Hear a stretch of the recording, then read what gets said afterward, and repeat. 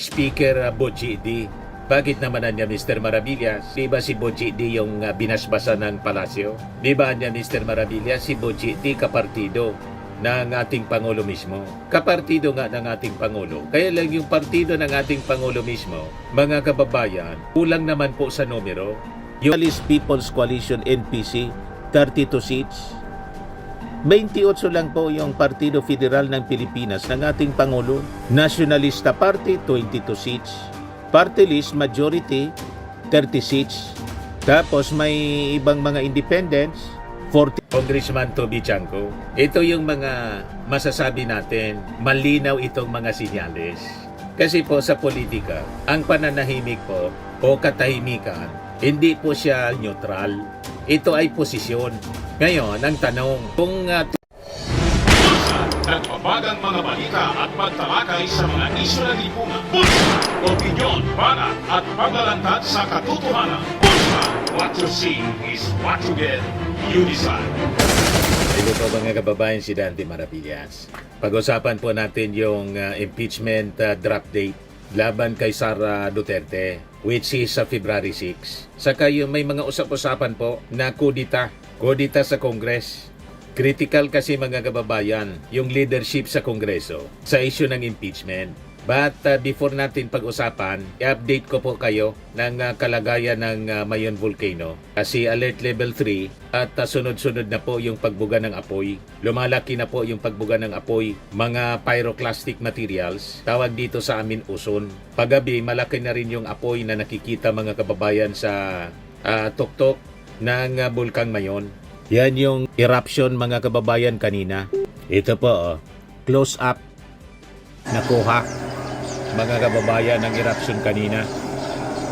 Medyo malaki na rin po yung yung eruption mga kababayan.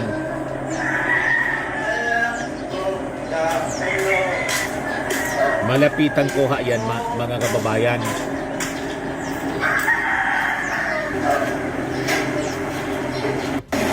Yan po. Yan yung kuha sa picture. Kanina video yun. Ganyan kalaki pag close up po. So hanggang sa may na po, balikat na ng Mayon Volcano.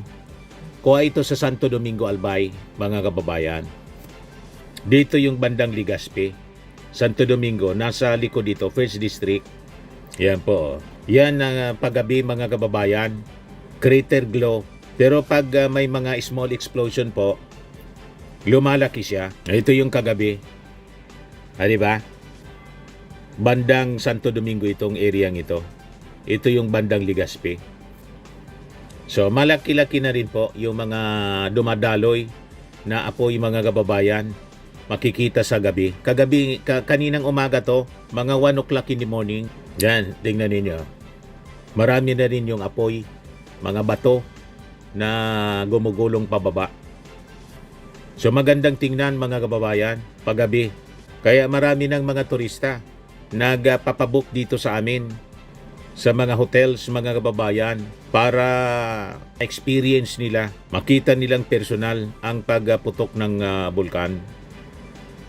So tumutunog na naman po, may emergency warning mga kababayan right now. Yan emergency alert. Extreme 1256. Mag-ingat sa pag-agos ng pyroclastic o ozone dulot sa crater ng Bulkang Mayon. Manaka-naka mga kababayan, yun ang naririnig namin, emergency alert. Yan mga kababayan, ang kalagayan ni Mayon Volcano. Facing Santo Domingo yung daloy, pero may pakunti papunta dito sa amin, sa Legazpi City. Ito kuha mga kababayan to from the foot of Mayon mismo, Barangay Buyuan, Legazpi City. Within 8 kilometers danger zone po siya. Yan mga asphalt sa kotse. Yan Si DSWD Secretary Gatchalian, kadarating pa lang po. Ngayon dumating mga kababayan. Nakipagkita kay Governor Rosal ng Albay. Ayan po. Just in, sabi sa report ng Radyo Pilipinas, Radyo Publiko, dumating na si DSWD Secretary Rex Gatchalian sa Legazpi City, Albay upang balangkasin ang iba pang mga pangangailangan ng mga residenteng inilikas dahil sa banta ng Bulkang Mayon. So automatic po ang DSWD sa mga ganito mga emergencies. Sa auto siyempre ng ating Pangulong Bongbong Marcos. So ngayon, mga kababayan, dito na tayo sa ating topic. Itong nakaambang impeachment complaint laban kay Sara Duterte at may mga ugong na possible kudita po sa leadership ng Congress.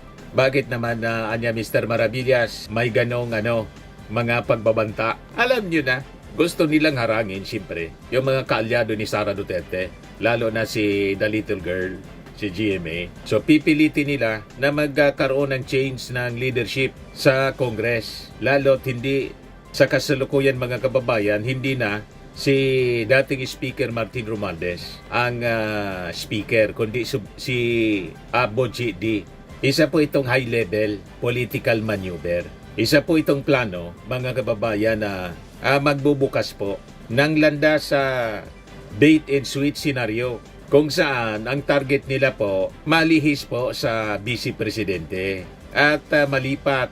Pinatarget po nila yung ating Pangulo mismo. Di ba yun ang mga ugong-ugong? Ang gusto nilang ma-impeach yung ating Pangulong Bongbong. Kaya importante talaga yung knight in shining armor ng ating Pangulo na si Martin Romualdez. Makabalik dapat si Martin, mga kababayan, bilang speaker. Kasi kung titingnan ninyo ang numero, mahirapan po si Speaker Boji D. Bakit naman niya Mr. Maravillas? Di ba si Boji D yung binasbasa ng palasyo? Di ba niya Mr. Maravillas si Boji D kapartido ng ating Pangulo mismo? Kapartido nga ng ating Pangulo. Kaya lang yung partido ng ating Pangulo mismo, mga kababayan, kulang naman po sa numero yung Partido Federal ng Pilipinas. Numbers game po ang impeachment. Kailangan ang majority. At ang majority ng members ng Congress, lakas CMD po, partido ni Martin Romualdez. Nagets na ninyo po? 28 lang po ang member. Kung bibilangin natin po ang member ng Partido Federal ng Pilipinas ng ating Pangulo, 28 members lang po. Yan ang composition po. Partido Federal ng Pilipinas, 28 members lamang. Sa Kongreso, ang composition po ganito, majority black. Sa lakas CMD, 111 seats po. National Unity Party, 32 seats. Nationalist People's Coalition, NPC, 32 seats. 28 lang po yung Partido Federal ng Pilipinas ng ating Pangulo. Nationalista Party, 22 seats. Party list majority, 30 seats. Tapos may ibang mga independents, 14 seats po siya. Minority Black, Party List Minority, 19 seats. Liberal, 6 lang po sila. Tapos may 3 other seats. So ang kabuang miyembro ng Congress, mga kababayan, 318. Sa impeachment, mga kababayan, ang legal threshold po, 1/3. Ilang members ang 1/3 ng 318? Around mga 106, di ba? Kung 106, mga kababayan, kontrolado ni Martin Romualdez. Sa partido niya mismo, may 111 siya.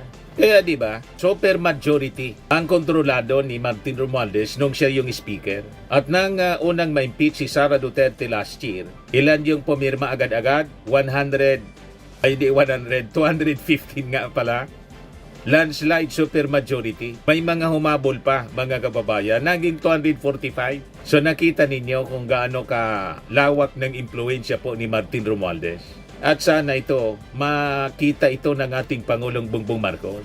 Ang kanyang pinsan na pinag-iinitan ng iba, siyang totoong knight in shining armor niya, mga kababayan. Pag hindi, mamimiligro, mga kababayan, pag nagapang yan ni GMA. Magaling yun manggapang. Di ba po? Delikado ang ating Pangulong Bongbong Marcos. Baka imbes na si Sara yung ma-impeach yung ating Pangulong Bongbong. So critical siya, mga kababayan. Remember na ang impeachment is a political exercise. Game of numbers. Pag wala kang numero, hindi papasa ang isang impeachment complaint, mga kababayan. And sa totoo lang po, political reality check, hindi lang po lakas CMD ang hawak ni dating Speaker Martin Romualdez. Pati yung National Unity Party, NUP, may impluensya, mga kababayan. Nire-respeto ng mga members ng NUP si Martin Romualdez. Di ba? Kaya nga kakoalisyon, mga kababayan. Yung NPC, ganun din, saka yung Nationalista Party. At saka yung party list. Both majority and minority. Sumusuporta po kay Martin Romualdez bilang speaker. So makikita ninyo, si Martin Romualdez lang po ang leader ng Congress na kayang pag-isahin ang mga magkakaibang partido. Magaling na leader siya eh. Magkakaibang partido, magkakaibang rehiyon, pati magkakaibang interes. Nagawa niyang pag-isahin, mga kababayan. Sa totoo lang, ito yung dahilan kung bakit po sa loob ng 3 taon wala destabilizing impeachment ang tumama po sa ating Pangulong Bongbong Marcos. O di ba? Kasi alam nila, hindi po tatalab. May balansi po ang Kongreso. May line of defense ang Palasyo Malacanang. Kaya ang tawag ko sa kanya, kay Martin Romualdez, totoong siya yung tunay na knight in shining armor ng ating Pangulong Bongbong Marcos. Kung hindi po gagamitin ang Palasyo Malacanang, sa totoo lang po, sa tingin natin, ang political influence, political muscle po ni Martin Romualdez, siguradong may ibang magkikinabang po dito. At alam na po ninyo kung sino. Sino niya, Mr. Maravilla? Si Sarah. Ang kalyado niyang si The Little Girl. Member ng bandang The Platters.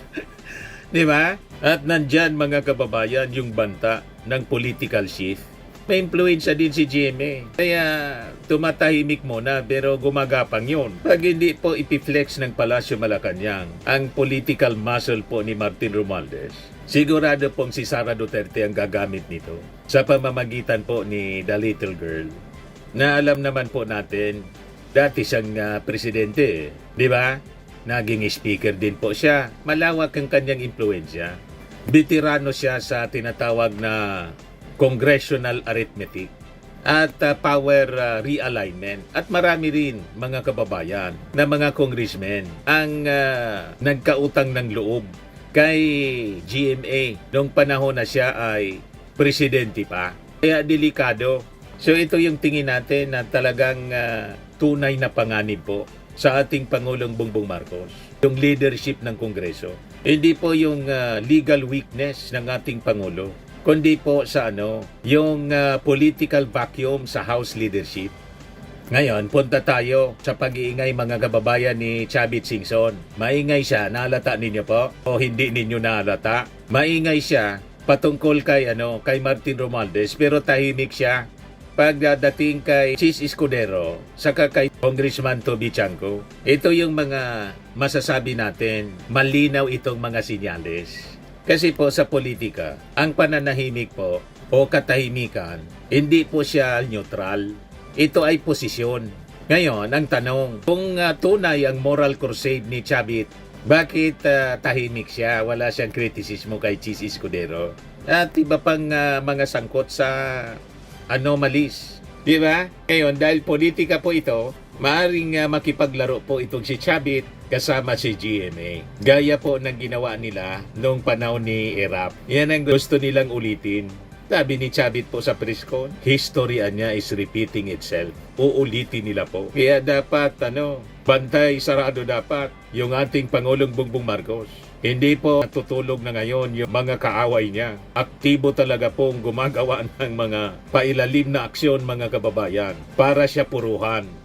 Yan po ang malinaw na mga galawan ngayon.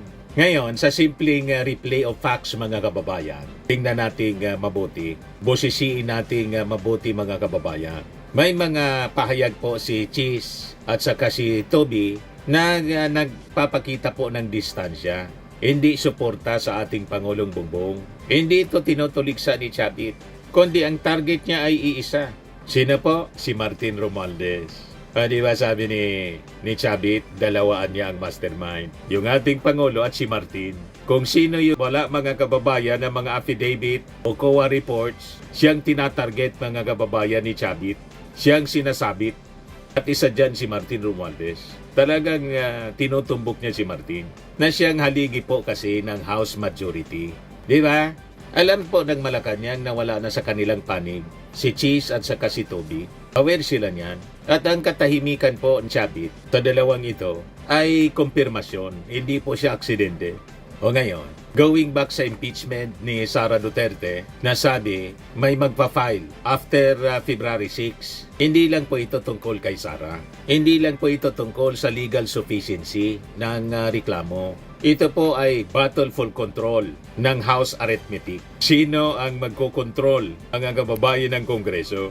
Madaling sabi mga kababayan, ang tunay na tanong, sino ang may hawak ng 1/3 sa Kongreso?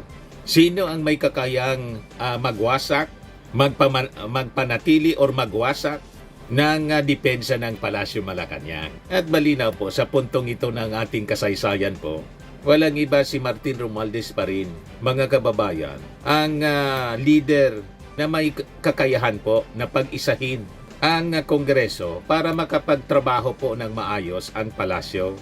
Tama po? Pag hindi, delikado. Delikado po ang ating Pangulong Bongbong Marcos. Alam naman po natin sa politika, ang ingay madali likhain. Pero po ang numero, ang alyansa at pagkakaisa, yan po ang tunay na kapangyarihan sa politika.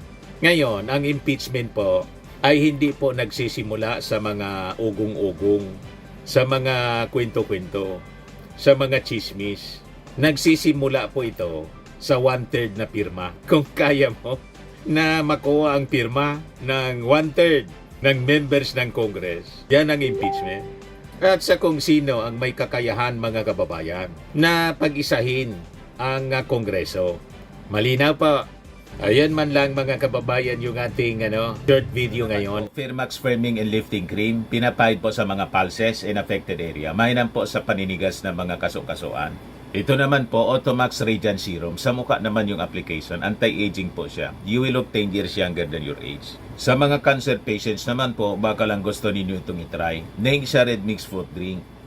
Hindi mo po siya gamot, food supplement siya. Kaya lang, gawa siya mga kababayan sa goji berry. Yung goji berry, may anti-cancer properties. O ngayon, yung mga inquiries ninyo, dumiritso na lang kayo sa aming messenger sa Facebook para masagot namin agad. Ayos pa? Ayos na ayos niya, Mr. Maravilla. Sa mga naghanap po ng malinis and spacious fitness gym, pumunta lang po kayo sa aming Colossal Fitness Gym. May Grab car rental din po kami. But anyway, ito po pala yung aming bagong product na binibenta online. I am worldwide amazing pure organic barley powdered drink mix from Australia. Negosyo to ng aking anak na architect entrepreneur Riz Maravillas. Ayan po. Kontakin na lang po ninyo siya, Riz Maravillas on Facebook. Ang mga health benefits niya, boost immunity, improves digestion, enhance energy levels, packed with antioxidants, prevent cancer. Ito naman po yung bago naming product na binibenta online. Eye Glow Serum, whitening po siya. Tingnan ninyo yung epekto sa aking anak na architect before and now. Yung mga inquiries po ninyo, dumiretso na lang kayo sa kanyang Facebook account, Riz Maravillas.